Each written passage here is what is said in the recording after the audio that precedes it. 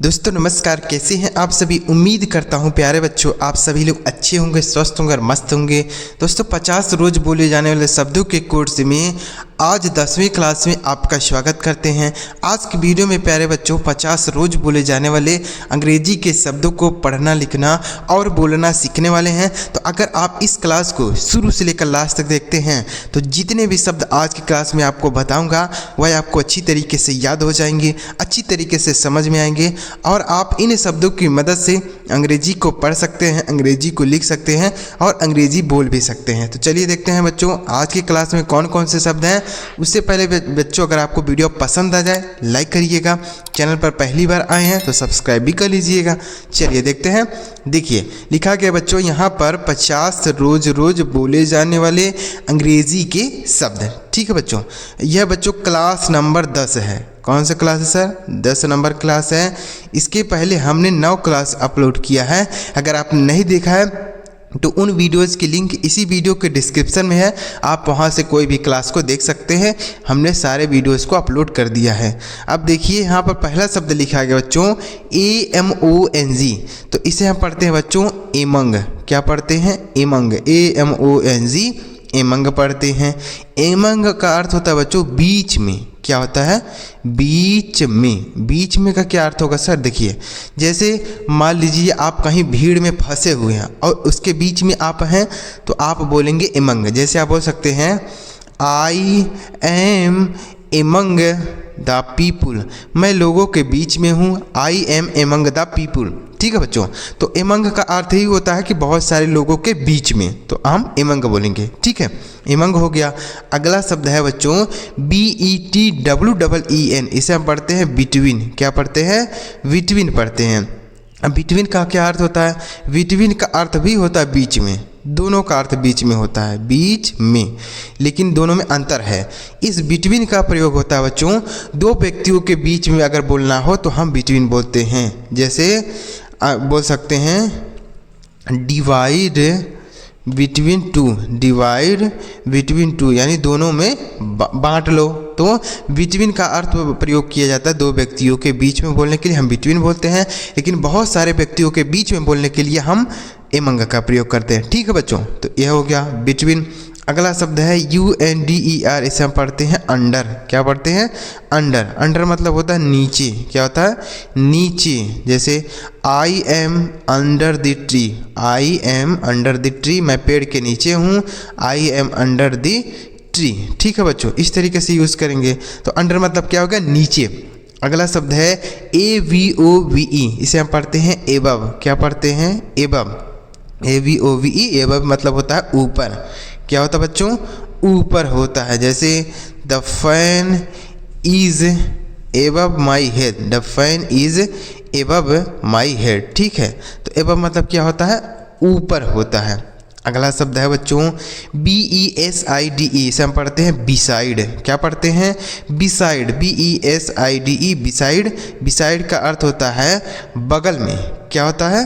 बगल में। ठीक है, बिसाइड बोलेंगे। बिसाइड का मतलब हो गया बगल में। जैसे हीज हाउस बिसाइड मी, यानी उसका घर मेरे घर के बगल में है। His house beside me. ठीक है, बिसाइड मतलब क्या हो गया? बगल में।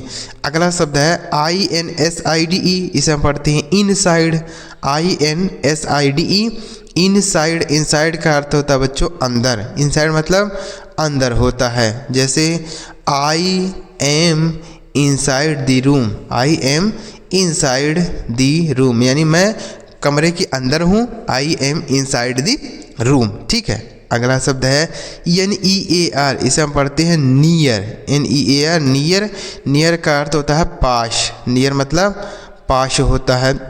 जैसे ही इज़ नियर मी, वह मेरे पास है। ही इज़ नियर मी, ऐसे बोलेंगे। अगला शब्द है BEHIND। इसे हम पढ़ते हैं बिहाइंड। क्या पढ़ते हैं बच्चों?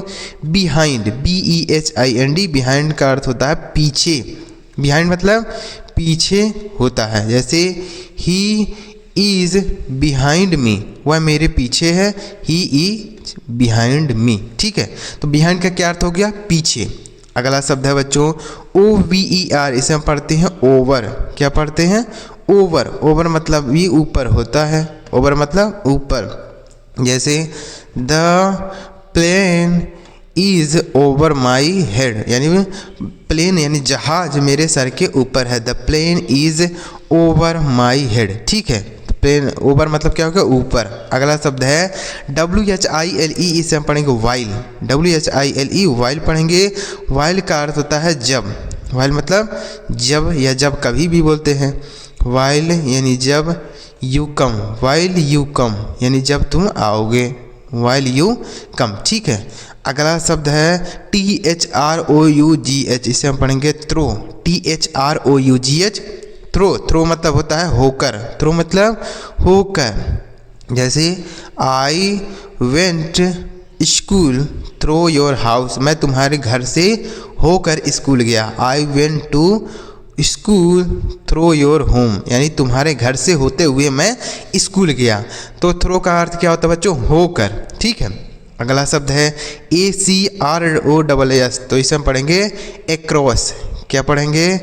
एक्रॉस। एक्रॉस मतलब होता है से। एक्रॉस मतलब से। जैसे आई एम एक्रॉस यू, मैं तुम्हारे साथ हूँ। आई एम एक्रॉस यू, ठीक है।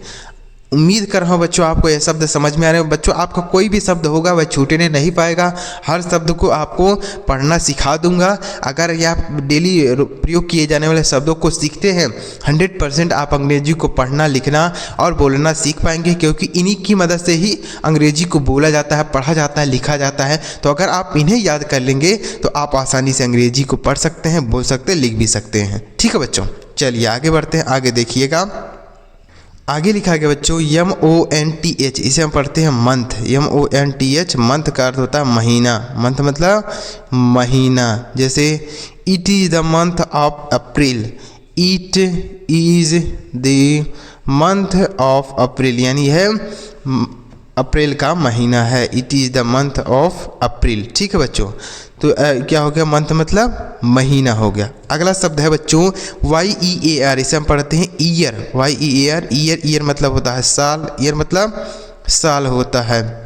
जैसे बोल सकते हैं आई एम लिविंग 2 years, मैं यहाँ रह रहा हूँ 2 साल से। तो आप बोल सकते हैं आई एम लिविंग 2 years, मैं यहाँ 2 साल से रह रहा हूँ। इस तरीके से बोलेंगे। अगला शब्द है HOME, इसे हम पढ़ते हैं होम।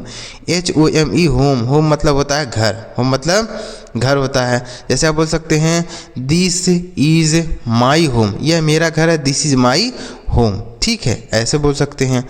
अगला शब्द है बच्चों OFFICE, इसे हम पढ़ते हैं ऑफिस। क्या पढ़ते हैं? ऑफिस। ऑफिस मतलब होता है कार्यालय। ऑफिस मतलब कार्यालय होता है। ऑफिस। जैसे I am going to office, मैं कार्यालय जा रहा हूँ। I am going to office, मैं कार्यालय जा रहा हूँ। इस तरीके से यूज़ करेंगे। तो ऑफिस मतलब क्या होता है? कार्यालय। अगला शब्द है बच्चों SCHOOL, इसे हम पढ़ेंगे स्कूल। क्या पढ़ेंगे? स्कूल। स्कूल मतलब होता है विद्यालय। स्कूल मतलब विद्यालय होता है, ठीक है बच्चों। स्कूल। स्कूल मतलब हो गया विद्यालय। जैसे दिस इज़ माई स्कूल, यह मेरा विद्यालय है। दिस इज़ माई स्कूल, ठीक है। स्कूल मतलब क्या हो गया? विद्यालय। अगला शब्द है PARK, इसे हम पढ़ते हैं पार्क। PARK पार्क पढ़ते हैं। पार्क मतलब होता है बगीचा बोल सकते हैं या उपवन भी बोल सकते हैं। बगीचा या उपवन। जैसे बोल सकते हैं he is going to park, वह पार्क जा रहा है, यानी बगीचे में जा रहा है, वह पार्क में जा रहा है, ठीक है। तो पार्क मतलब क्या होगा? बगीचा। अगला शब्द है बच्चों STREET, इसे हम पढ़ते हैं स्ट्रीट। STREET street. स्ट्रीट मतलब होता है गली। क्या होता है बच्चों? गली। जैसे बोल सकते हैं आई एम गोइंग अ स्ट्रीट, मैं एक गली से जा रहा हूँ। I am going A street. तो स्ट्रीट मतलब क्या होता है? गली। जो पतली गली होती है ना उसे हम स्ट्रीट बोलते हैं। अगला SHOP, इसे हम पढ़ते हैं शॉप। SHOP shop. शॉप मतलब होता है दुकान। क्या होता है बच्चों? दुकान होता है। शॉप। शॉप मतलब हो गया दुकान। जैसे दिस इज़ माई शॉप, यह मेरी दुकान है। दिस इज़ माई शॉप, अगला शब्द है SITY, इसे हम पढ़ते हैं सिटी। SITY सिटी, सिटी मतलब होता है शहर। सिटी मतलब क्या होता है बच्चों? शहर होता है सिटी। जैसे I M live in city, मैं शहर में रहता हूँ। आई लिव इन सिटी, ठीक है, इस तरीके से बोलेंगे तो सिटी मतलब क्या होता है? शहर होता है। अगला शब्द है COUNTRY, से हम पढ़ेंगे कंट्री। COUNTRY कंट्री मतलब होता है देश। कंट्री मतलब देश होता है। जैसे India is a country, Bharat एक देश है। इंडिया इज़ अ कंट्री, ठीक है। तो कंट्री मतलब क्या होगा बच्चों? देश। अगला शब्द है TABLE, से हम पढ़ेंगे टेबल। TABLE table. टेबल मतलब होता है बच्चों मेज। टेबल मतलब मेज होता है। जैसे I am making a table, मैं एक मेज बना रहा हूँ। I am making a table, ठीक है। तो टेबल मतलब क्या होगा? मेज। अगला शब्द है CHAIR, इसे हम पढ़ते हैं चेयर। CHAIR चेयर मतलब होता है कुर्सी। जैसे दिस इज़ माई चेयर, यह मेरी कुर्सी है। This is my chair. अगला शब्द है बच्चों BOOK, इसे हम पढ़ते हैं बुक। क्या पढ़ते हैं? बुक। बुक मतलब होता है किताब। बुक मतलब किताब। जैसे दिस इज़ माई बुक, यह मेरी किताब है। This is my book. जैसे आई बॉट ए बुक, मैंने एक किताब खरीदा। आई बॉट ए बुक, मैंने एक किताब खरीदा। अगला शब्द है PEN, इसे हम पढ़ेंगे पेन। PEN पेन मतलब होता है कलम। पेन मतलब कलम होता है। जैसे आई हैव ए पेन, मेरे पास एक कलम है। I have a pen. अगला शब्द है AFTER, इसे हम पढ़ेंगे आफ्टर। AFTER आफ्टर मतलब होता है बाद में। आफ्टर मतलब बाद में। जैसे आई सी यू आफ्टर, मैं तुम्हें बाद में मिलता हूँ। आई सी यू आफ्टर। तो आफ्टर मतलब क्या होगा बच्चों? बाद में। अगला शब्द है AWAY, तो इसे हम पढ़ेंगे अवे। अवे मतलब क्या होता है? दूर। अवे मतलब दूर होता है। जैसे गो अवे फ्रॉम हाउस, घर से दूर जाओ। गो अवे फ्रॉम हाउस, घर से दूर जाओ। अगला शब्द है BEFORE, तो इसे हम पढ़ते हैं बिफोर। क्या पढ़ते हैं? बिफोर। बिफोर मतलब होता है पहले। बिफोर मतलब पहले होता है। जैसे आप बोल सकते हैं आई बोल सकते हैं आई लिव बिफोर हियर, मैं पहले से यहाँ रहता हूँ। आई लिव बिफोर हियर, ठीक है। तो ऐसे बोल सकते हैं बिफोर मतलब पहले। अगला शब्द है FROM, इसे हम पढ़ेंगे फ्रॉम। FROM फ्रॉम मतलब होता है से। फ्रॉम मतलब से। जैसे फ्रॉम मार्केट बाजार से। फ्रॉम मार्केट बाजार से। फ्रॉम स्कूल स्कूल से। फ्रॉम हाउस घर से। तो फ्रॉम मतलब क्या हो गया? से हो गया। अगला शब्द है बच्चों FAR, से हम पढ़ेंगे फार। FAR फार मतलब हो गया दूर। फार मतलब दूर हो गया। अगर FOR रहता तो इसका अर्थ होता है के लिए, लेकिन यहाँ FAR है तो इसका अर्थ होगा बच्चों दूर। क्या होगा? दूर। जैसे ही इज़ फॉर मी, वह मुझसे दूर है। ही इज़ फॉर मी, वह मुझसे दूर है, ठीक है। इस तरीके से बोलेंगे। तो उम्मीद कर रहा हूँ बच्चों आपको यह जो शब्द बताया अच्छी तरीके से समझ में आया होगा। तो अगर आपको समझ में आया बच्चों, वीडियो लाइक करिएगा। चैनल सब्सक्राइब नहीं किए सब्सक्राइब कर लीजिए और कमेंट में कमेंट करिएगा बच्चों कि ये मुझे वीडियो पसंद आया, तो कमेंट जरूर करिएगा। चलिए मिलते प्यारे बच्चों अगली वीडियो में किसी नई टॉपिक के साथ। वीडियो देखने के लिए आपको बहुत बहुत धन्यवाद।